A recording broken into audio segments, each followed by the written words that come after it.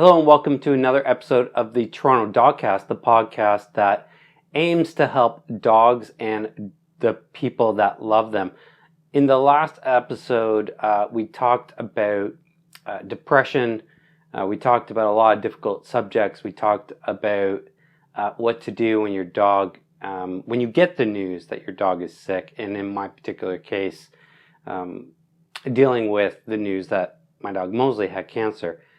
Since then, I wanted to do a follow-up podcast about resilience. And we're going to be talking about resilience, what it is, what it means to the process in terms of like getting this type of news, whether your dog is sick or whether you know somebody whose dog is sick or maybe your dog has passed away.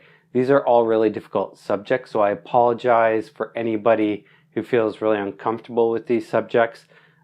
It's really difficult for me to record these podcasts. However, the goal is to try and help somebody. And by helping other people, other dog owners, I hope to help myself. Today's video is going to be all about resilience, what resilience is, how it's going to help you through that process, and what it's going to do in terms of benefiting yourself and your dog. So resilience, what does resilience mean? Well, resilience is kind of like finding your inner strength. It's how we as human beings respond to adversity, or in my case, tragedies. For those of you who didn't watch the previous podcast, in the span of a few weeks, I had someone really close to me pass away.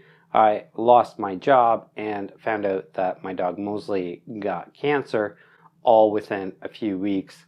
I also lost a few friends in the process of trying to deal with all those situations, and as a result faced pretty bad, severe depression.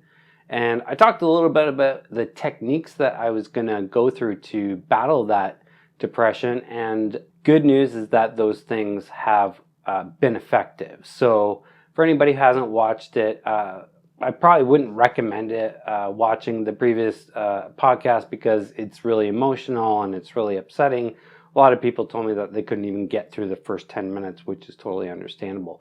So resilience is the ability to find your inner strength, to understand that tragedy and depression and bad things happen in your life, whether it be stress, something happening to your dog, or one thing or another in terms of the relationships that you have in your life. So resilience is how do you respond? How do you bounce back from those tragedies or negative experiences, especially when it comes to your dog. And the technique that I talked about last podcast is a really simple one, which is finding any little thing to be positive about. So think about resilience kind of like getting knocked down.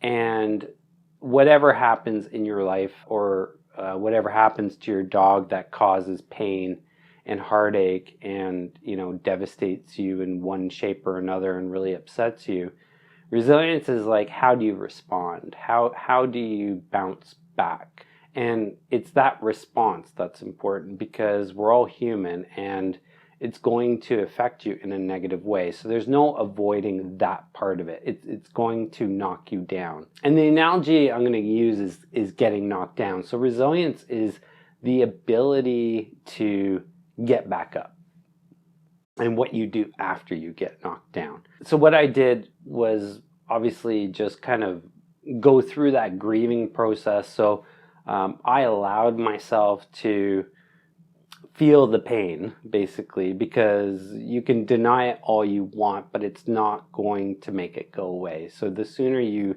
kind of let yourself go through those negative emotions, the sooner you can start to get out of it.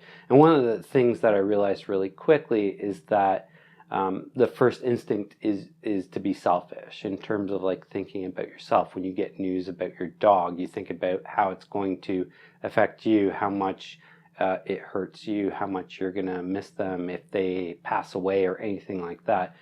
And then what I did is quickly understand that my focus shouldn't be on myself. My focus should be on my dog Mosley.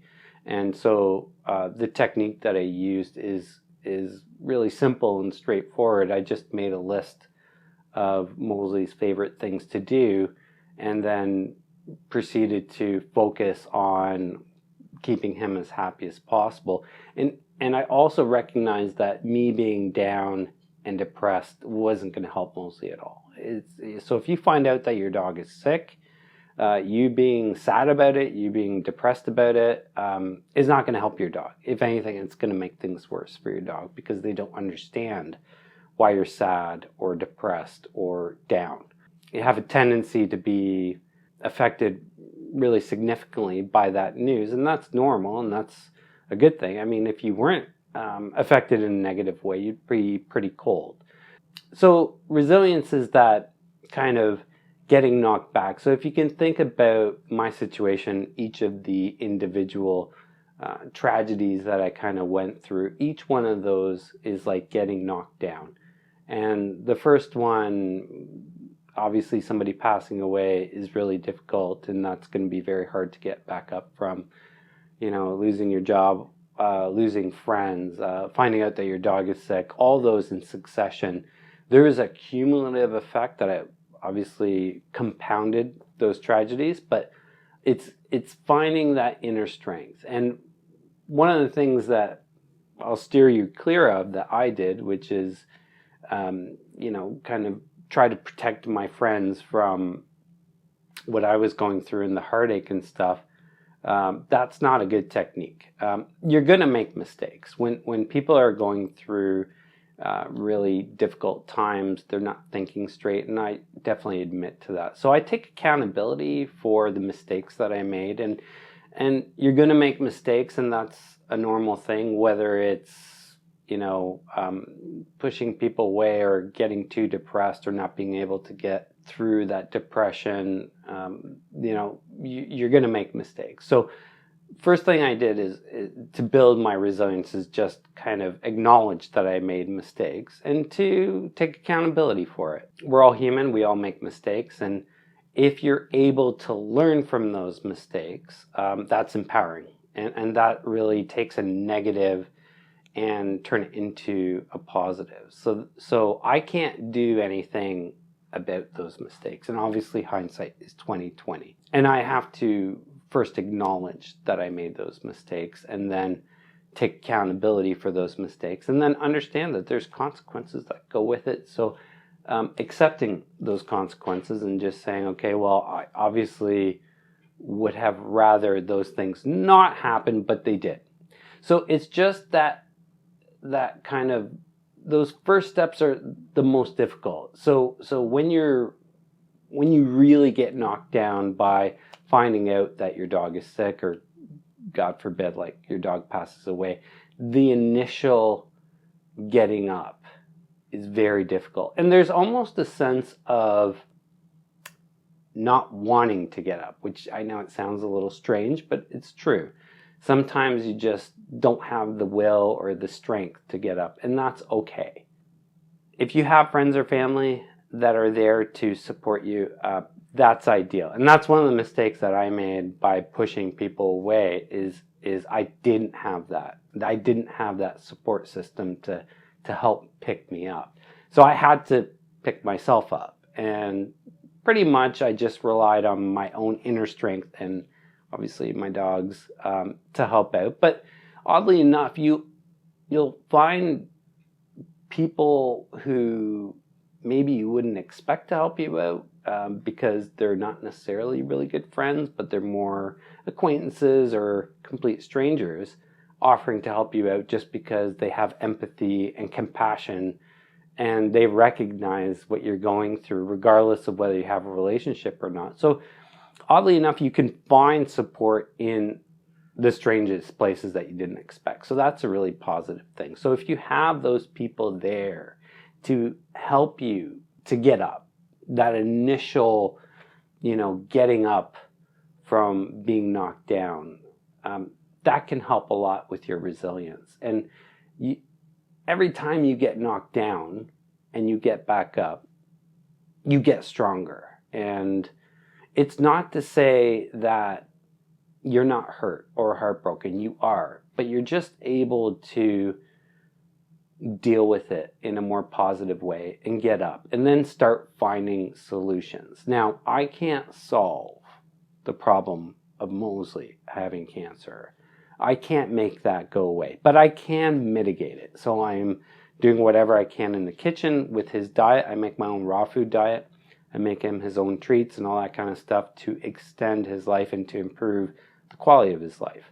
In terms of finding solutions to the other tragedies, well, I can't do anything about somebody dying, but I can do something about me not having a job. So finding another job, putting forth effort towards that. I got a part-time job in the meantime, started walking dogs even to help out, and those things are going to help. They're all part of that process of getting yourself up and picking yourself up. And what you'll find is that the more you can pick yourself up, the stronger you're going to be. So going through tragedy, going through this type of pain, it does make you stronger. And I wouldn't wish it on my worst enemy. I wouldn't want anybody's dog to get sick. I wouldn't want anybody to go through what I went through in terms of the sequence of events or losing friends or anything like that.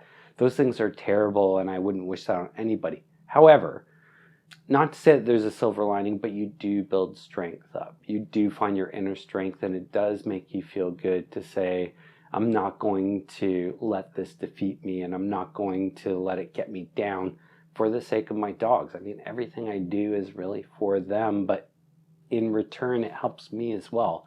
So, helping your dogs is helping yourself, and helping yourself is helping your dog. So, the relationship that you have with your dogs is one of, you guys are interconnected. That's my advice. The one warning I would give people, and it was something that I was kind of tempted with, was apathy. And apathy is basically, think about it like not caring. Sometimes feeling numb is tempting, because feeling numb or feeling apathetic or not caring or being indifferent, it kind of is a nice alternative to feeling depressed and feeling lonely and feeling down. And it's very seductive. A lot of these negative emotions are very seductive.